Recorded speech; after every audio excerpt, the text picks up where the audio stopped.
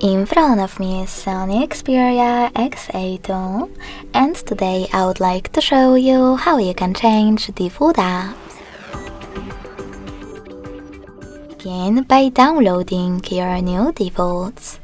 I already did that, so I can go into settings right away. In settings, scroll down just a bit to access apps and notifications.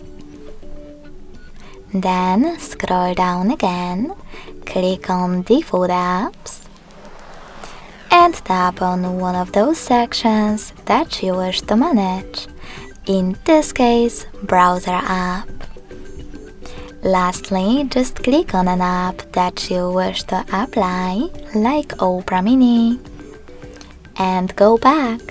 So when I do that, as you can see, my default app has changed.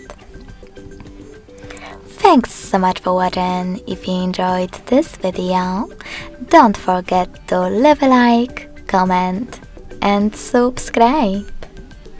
Bye!